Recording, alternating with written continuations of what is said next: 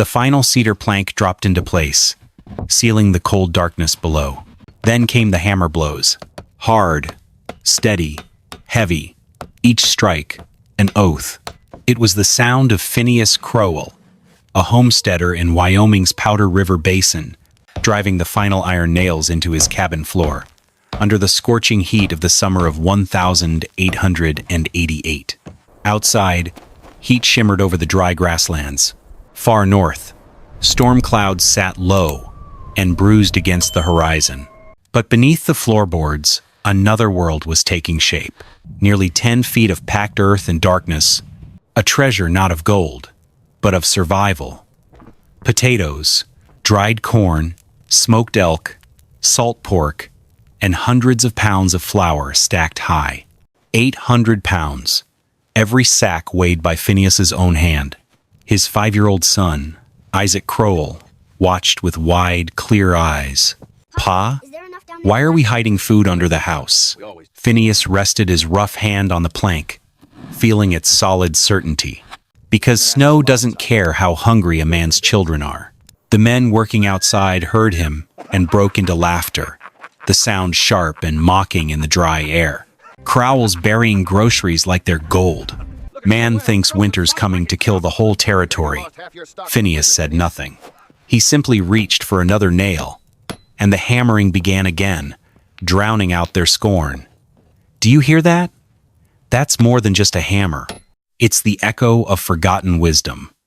If this story of preparation and foresight resonates with you, hit that like button to spread the message. And be sure to subscribe, because like Phineas, we all have winters of our own to prepare for. Phineas Crowell had not started storing food because he was afraid of winter. Plenty of men feared winter.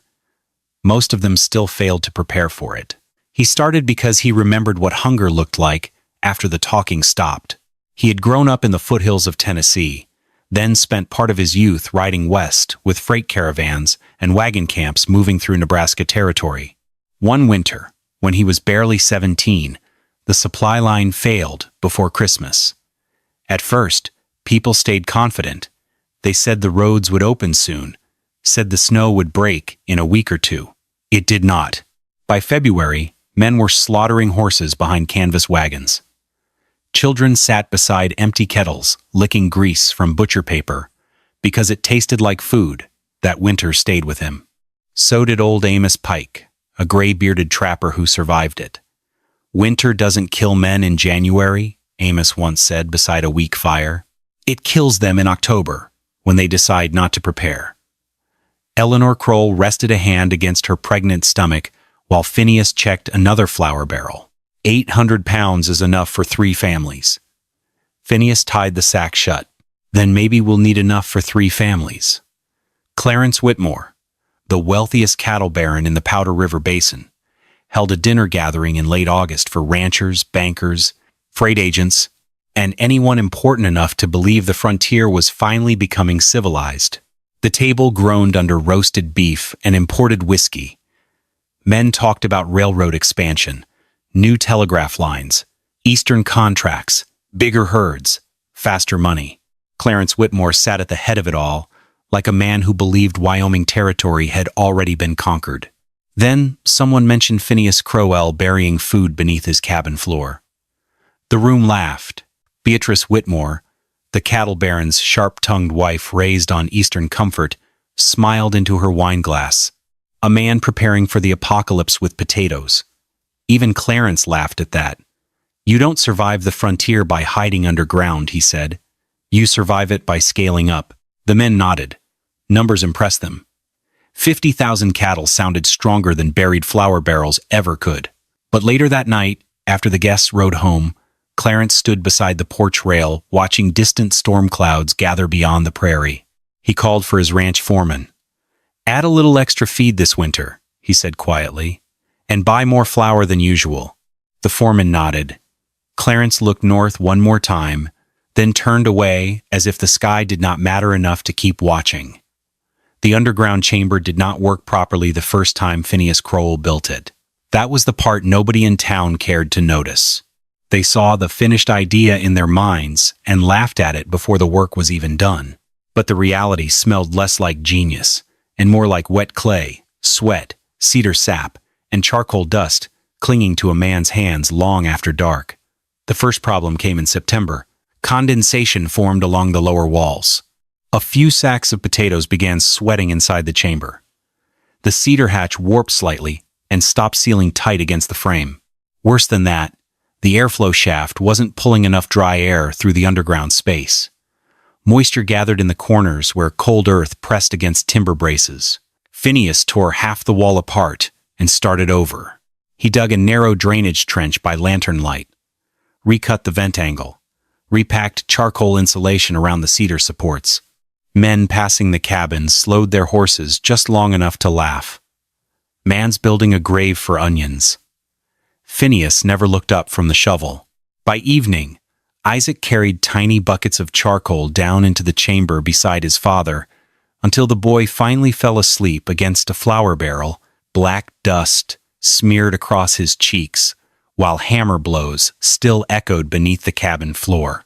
By October, the Crowell cabin smelled like smoke, salt, drying fruit, and hard work that never fully stopped. Eleanor Crowell spent long afternoons slicing apples into thin, pale rings and laying them across stretched cloth screens near the south window where the dry Wyoming air could pull the moisture out slowly. Outside, Phineas hung strips of elk meat inside the smoke shed behind the barn, adjusting airflow vents with the care of a machinist tuning gears. Nothing in that cabin was stored randomly. Potatoes were stacked low where the earth stayed coldest. Carrot crates were buried in cool sand to hold moisture without freezing. Salt pork went into sealed barrels lined with wax cloth. Flour stayed elevated above the chamber floor in case spring thaw ever reached the drainage trench. At night, Phineas sat beside the oil lamp with his ledger open across the table. Calories per pound. Spoilage risk. Cold weather fuel consumption. How much more a pregnant woman needed to survive winter. How quickly a growing child burned through food once temperatures dropped below zero. The arithmetic never really left his mind. One hunting trip nearly ruined 2 weeks of planning. Phineas tracked elk north into Broken Hills after fresh sign appeared near the creek beds. He returned 2 days later with no meat, less ammunition, and a horse limping from shale rock. Time mattered now. So did every missed shot. That night, he opened the ledger again. 513 pounds, 287 to go. Eleanor quietly pushed half her supper back into the stew pot, while Phineas recalculated supply numbers by lamplight, too focused on winter to notice she had already started eating less. Old Amos Pike arrived at the Crowell cabin just before the first hard frost settled across the basin. The old trapper smelled faintly of wood smoke, animal hide, and cold wind that seemed older than the territory itself. He said very little at first, just walked slowly through the underground chamber with a lantern in one hand, studying the cedar braces, the vent shaft, the drainage trench, and the rows of stacked provisions. His weathered fingers pressed against the clay walls. He checked the airflow with the back of his hand. Finally, he nodded once. "You built this like a man expecting winter to stay." Phineas did not answer.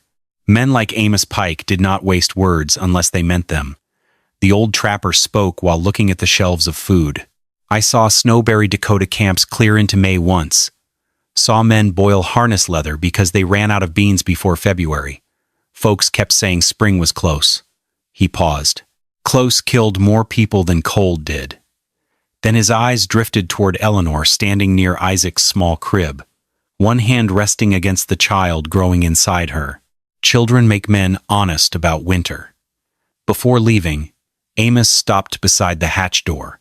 800 pounds won't feel excessive in February. By late October, most of the Powder River Basin had heard about the food chamber beneath the Crowell cabin. Pastor Eli Mercer addressed it carefully during Sunday service, without ever speaking Phineas Crowell's name aloud. The church stayed silent, while the preacher warned against fear, excessive stockpiling, and placing too much faith in stored goods instead of providence. Everybody understood who he meant. A few days later, Jonah Bell, the owner of the general store near the rail trail, watched Phineas load more flour and dried beans into the wagon bed.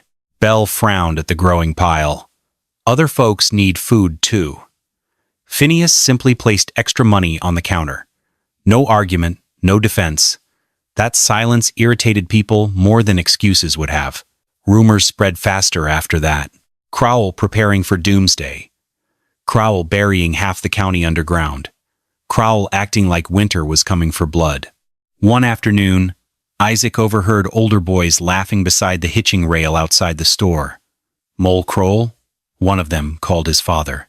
The boy stayed quiet during the ride home, staring at the flour sacks beside him while cold church bells drifted across the basin behind them. By the last week of October, Phineas Crowell finished the count. He did it after sundown, when the cabin was quiet and the wind outside had turned thin and metallic. Eleanor sat near the stove, mending Isaac's coat. Isaac slept under 2 quilts, with one small hand hanging over the edge of the bed. Phineas lifted the hatch and climbed down with the lantern. The chamber held potatoes stacked in wooden bins, smoked elk wrapped in clean cloth, cornmeal in sealed sacks, dried beans, flour, rendered fat packed in stone crocks, pickled cabbage sealed tight, dried apples tied in linen, rabbit meat hung from cedar pegs, medicinal herbs bundled high where the damp could not reach them. He weighed what needed weighing. Then he wrote the numbers in the ledger. Potatoes, 180 pounds. Smoked elk and rabbit, 140. Flour and cornmeal, 160. Beans, 90. Salt pork and rendered fat, 110.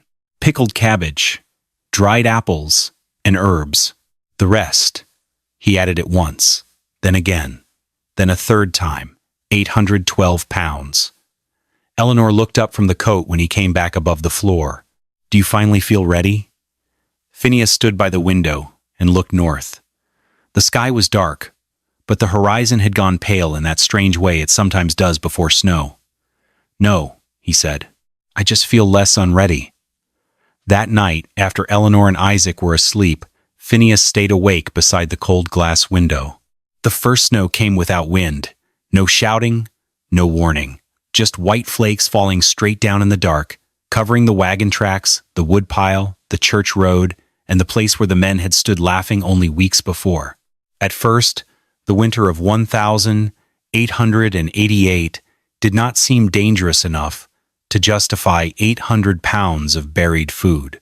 November brought light snowfalls and cold mornings that froze the water troughs solid before sunrise. Men cursed while breaking ice with axes, but by afternoon the roads opened again. Smoke still rose from every chimney in town. Freight wagons continued moving south. People quietly decided Phineas Crowell had overreacted. Even December seemed ready to prove them right. A warm spell rolled across the basin just before Christmas. Snow softened and slid from rooftops. Mud appeared beneath wagon wheels. Ranchers laughed again outside the general store while cattle pushed through slush instead of drifts. Clarence Whitmore took it as confirmation. He reopened part of his north grazing range and expanded cattle movement before the deeper snows returned. Men talked about an early break in the season. Then the temperature dropped overnight, fast. Freezing rain swept across the prairie and hardened into a sheet of ice over the grasslands. By morning, the entire basin sounded different. Wagon wheels cracked against frozen ruts. Water buckets froze into solid blocks. Horses slipped crossing packed ground. Worse than that, the cattle could no longer graze. The grass still existed beneath the snow, but now it sat trapped under a hard shell of ice thick enough to stop thousands of animals from feeding. Within days, feed reserves began disappearing twice as fast as expected. Phineas stepped outside before dawn one morning and looked across the glittering crust stretching over the prairie like glass. Now the winter starts. Later that same week, ranch hands watched cattle stumble through the frozen layer, breaking legs against hidden ice beneath the snow, while the gray Wyoming sky lowered itself over the valley like a closing door. The real cold arrived after New Year's. Not ordinary frontier cold. Not the kind men cursed about while chopping wood. This cold came down from the north like something alive. The temperature dropped to -32 first, then -41 for 3 straight nights. The Powder River Basin changed shape under it. Water barrels burst apart. Fence posts cracked. Horses stood with frost gathering around their nostrils like white ash. Entire herds stopped moving unless forced. Then came the sounds in the dark. Sharp, sudden, violent. Rifle cracks echoing across the ridges after midnight. Isaac woke crying the first time he heard them. Eleanor sat upright in bed with both hands around her stomach, while the cabin walls trembled under hard wind gusts. Cottonwood trunks were exploding in the cold, sap freezing inside the wood until the pressure shattered them from within. Phineas was already pulling on boots. He checked the stove draft first, then the hatch seal, then the chamber below the floor. The air felt wrong immediately. The outer vent shaft had started freezing shut from the north side. Thin frost crystals spread around the upper hatch, where moisture was beginning to collect. If the airflow stopped completely, condensation would build inside the chamber. Potatoes would rot. Flour would dampen. Mold would spread before spring ever arrived. He grabbed the iron rod and went outside. The snow reached nearly to his waist. Wind cut through wool and leather like knives. Breath froze across his beard, while he crawled toward the vent opening in darkness, lit only by lantern glow spilling weakly from the cabin window behind him. Then another tree exploded somewhere beyond the ridge, and another. Phineas stood alone in the drifting snow, listening to the valley break apart under the cold, while frozen iron burned against his hands, and the wind kept coming south. By mid-January, Whitmore Ranch had stopped operating like a business and started operating like a wounded animal. The ice crust across the basin never fully broke. Cattle scraped at frozen ground until their hooves bled, but the grass stayed trapped beneath solid layers of snow and ice. Feed wagons disappeared faster every week. Rail deliveries slowed to almost nothing after repeated storms buried sections of track farther south. Then the hired hands started leaving.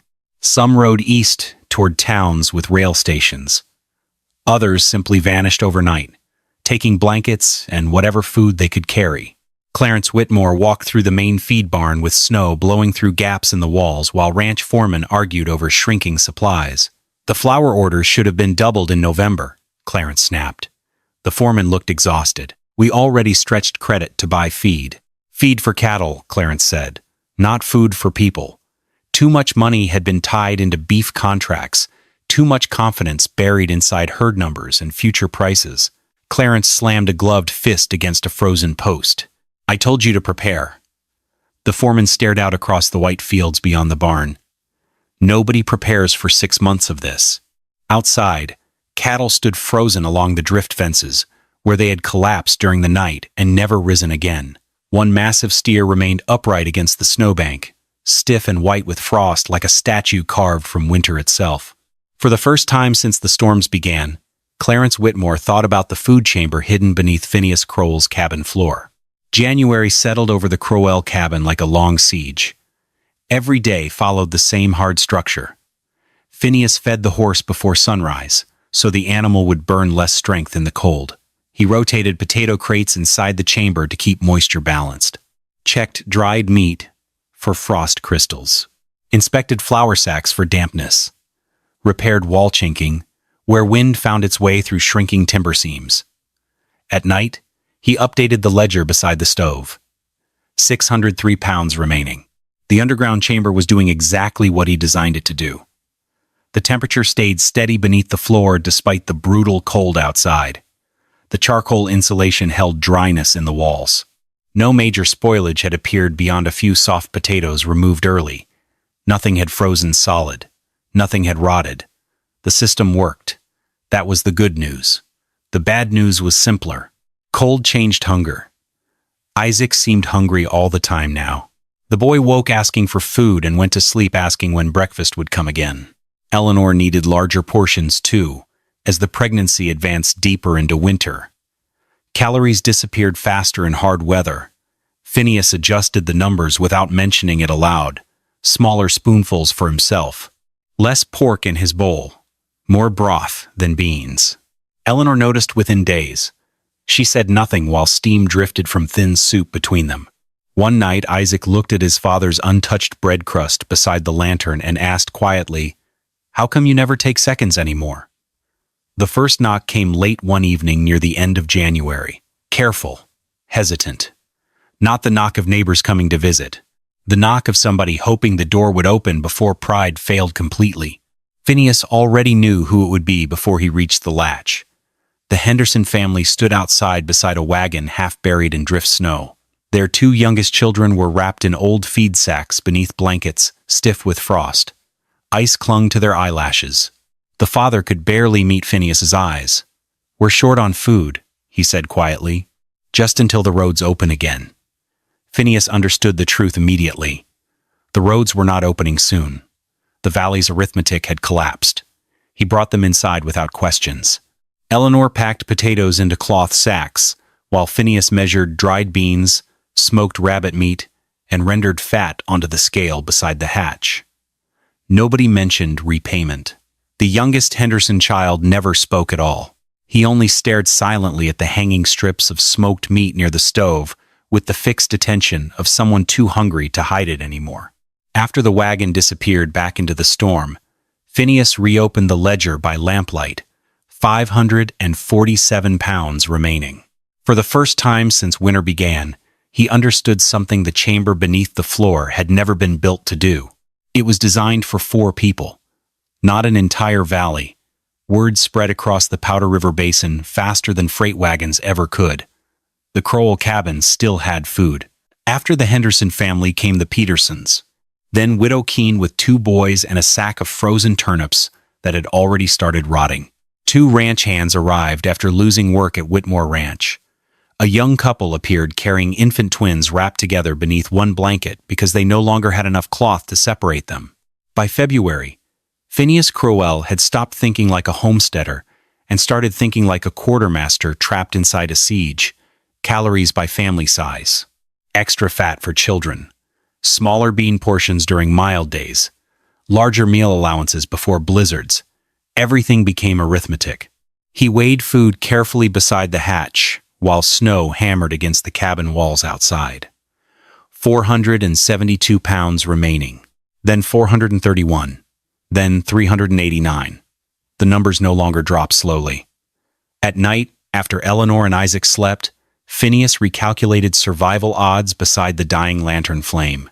If winter broke in April, survival remained possible. If snow lasted into May, things became dangerous. If June came before the thaw, the math failed completely. One evening, Eleanor watched the mother of the infant twins thin a pot of soup with melted snow so both children could swallow a few extra spoonfuls. After they left, she turned away from the table and quietly cried where Phineas could not see her face, while another line of snow-covered wagon tracks disappeared into the white darkness outside. Beatrice Whitmore arrived at the Crowell cabin during the second week of February. Not in a polished carriage with ranch hands riding beside her. She came alone on an exhausted horse with ice frozen into its mane. The expensive Boston coats and tailored gloves were gone now, replaced by practical wool layers wrapped tight against the cold. Even from the window, Eleanor could see the change winter had carved into her face. Beatrice looked thinner, older. Phineas opened the door before she knocked twice. For a moment, she simply stood there, letting warm cabin air hit her cheeks while snow melted slowly from her scarf. Then she admitted the truth. The Whitmore feed stores were collapsing. Supply trains had stopped coming through the basin. Thousands of cattle were dead already. More were dying every week, and her children were hungry. Phineas stepped aside and let her enter without a word. Beatrice looked around the cabin in silence, hanging meat near the stove. Organized sacks stacked along the walls. Dry firewood, stable warmth. The cedar hatch built into the floor like part of the house itself. Everything she once mocked now looked more valuable than cattle contracts or rail investments. Phineas filled 2 sacks himself. Beans, potatoes, smoked rabbit, rendered fat.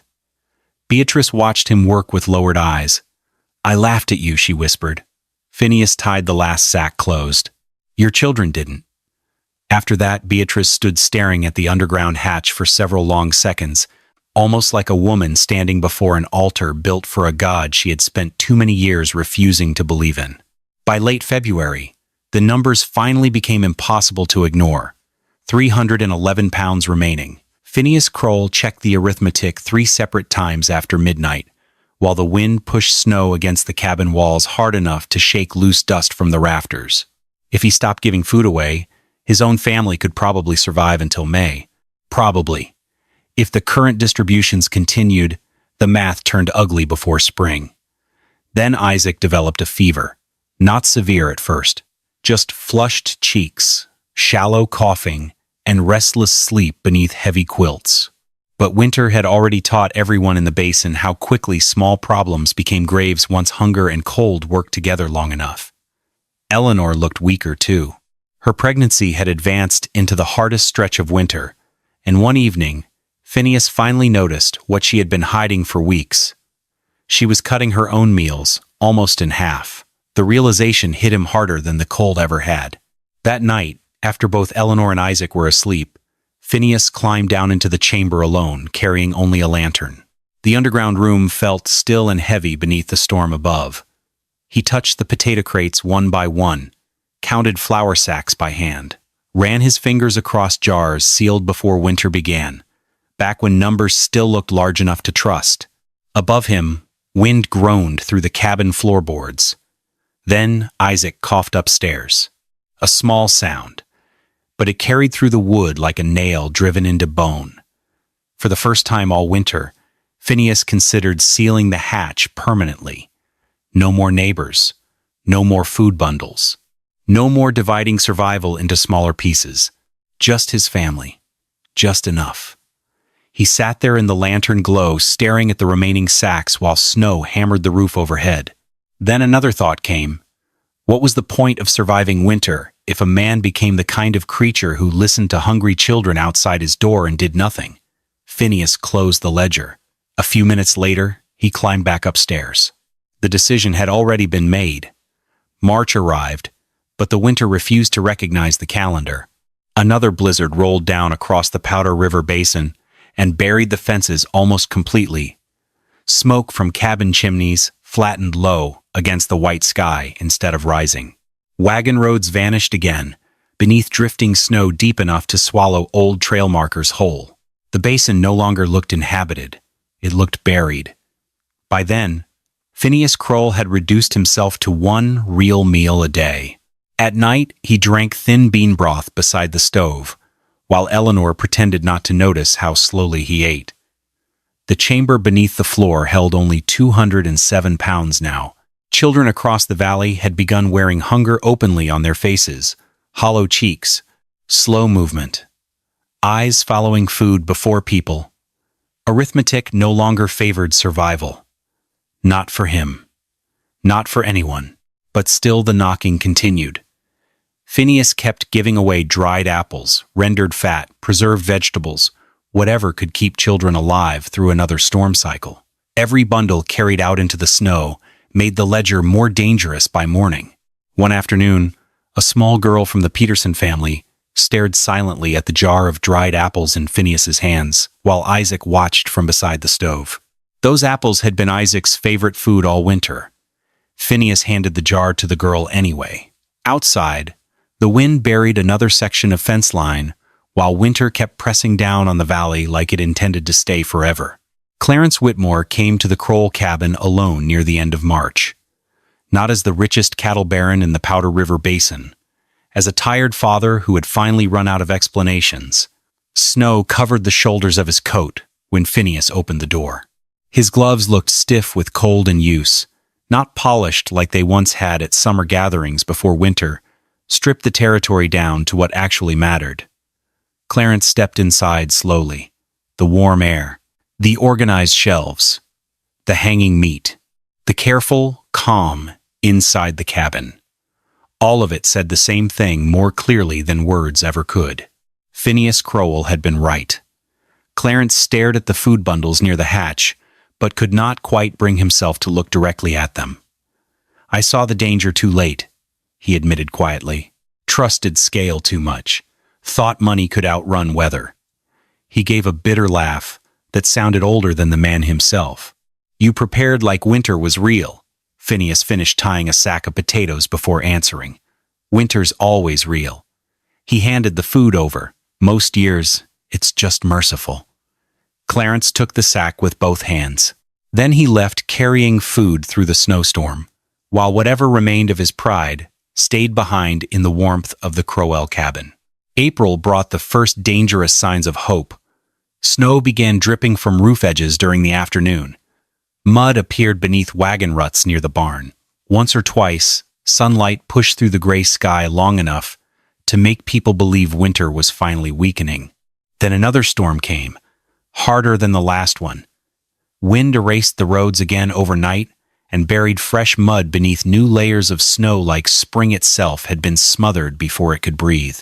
That evening, Phineas opened the ledger beside the candlelight. 96 pounds remaining. The numbers looked smaller now than they ever had before. For a long time, he stared at the page without speaking, while wind hissed against the cabin walls outside. Finally, quietly, he admitted the truth to Eleanor. If snow lasts another month, we may not make it. Eleanor sat across from him, wrapped in blankets, one hand resting against the child still growing inside her despite the hunger and cold surrounding the basin. She looked at him for several seconds before answering. Then we make it one day at a time. Her voice stayed calm, same as everyone else you kept alive. It was the first time anyone had spoken aloud what Phineas had actually done that winter. He looked down at the untouched piece of bread beside his bowl. Without a word, Eleanor slid it back toward him across the table, while melting snow dripped steadily from the cabin roof outside into the dark Wyoming mud below. The sound that woke Phineas Crowell in early May was so unfamiliar that for a moment he did not recognize it. Water. Not frozen water cracking in barrels. Not sleet striking the roof. Not ice shifting beneath wagon wheels. Running water. He sat upright in bed, listening carefully while pale morning light pushed through the cabin window. Beside him, Eleanor still slept beneath heavy blankets. Isaac lay curled near the stove with one arm stretched across the floorboards. Outside, something had changed. Phineas opened the door and stepped into cold mud instead of hard snow. The drifts were softening at the edges. Water dripped steadily from the roofline. Farther downhill, the creek moved again beneath broken sheets of gray ice that had trapped it for months. Winter was finally retreating. Not defeated, just finished. Phineas climbed down into the chamber one more time, carrying the ledger and lantern. The underground cold remained steady. The shelves looked emptier now. Barrels stood farther apart. Crates no longer crowded the walls. He counted slowly. Beans, flour, potatoes, rendered fat. Then he wrote the final number. 41 pounds remaining. From 812. For several long seconds, Phineas simply stared at the page, while the sound of running water echoed faintly beyond the cabin walls overhead. Almost exactly 6 months. The exact amount of winter he had prepared for. Not excessive, not paranoid, barely enough. Before climbing back up, Phineas rested one rough hand against the cedar hatch above him like a man thanking something that had carried his family through the dark. Spring uncovered what the winter had really done to the Powder River Basin. Once the snow retreated far enough for wagons to move again, the losses became impossible to hide. Thousands of cattle lay scattered across open range country, like driftwood left behind after a flood. Ranch bankruptcies spread from valley to valley. Supply chains that people trusted all summer had collapsed almost completely during the storms. Some homesteads stood abandoned with doors swinging loose in the wind, because the families inside had finally given up and gone east. The frontier looked older after that winter. Harder, quieter, and slowly, people began copying Phineas Crowell. Men who once mocked the underground chamber beneath his cabin floor started digging their own storage pits before the spring thaw had even fully dried. Wagons hauled root vegetables instead of luxury goods.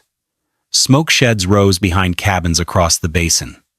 Meat preservation became more important than cattle prices. Even Jonah Bell changed his store inventory. The same shelves that once carried extra whiskey and imported goods now held salt barrels, sealing wax, preservation crocks, root cellar tools, and sacks of hardy winter potatoes. Pastor Eli Mercer changed too. His sermons no longer spoke about blind faith overcoming hardship. Now he preached stewardship, preparation, and responsibility for the people depending on a man's decisions before winter arrived. Eventually, Beatrice Whitmore left Wyoming Territory with her children, after the Whitmore losses became too large to recover from fully.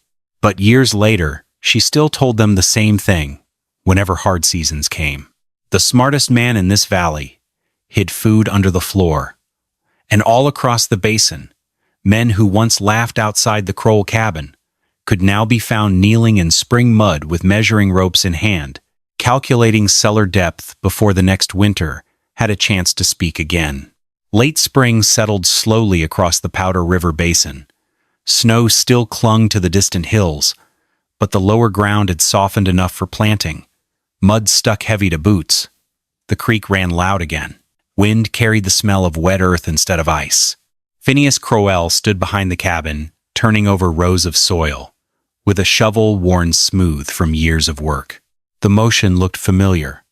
Steel biting earth, hands pressing downward, another season beginning beneath the ground.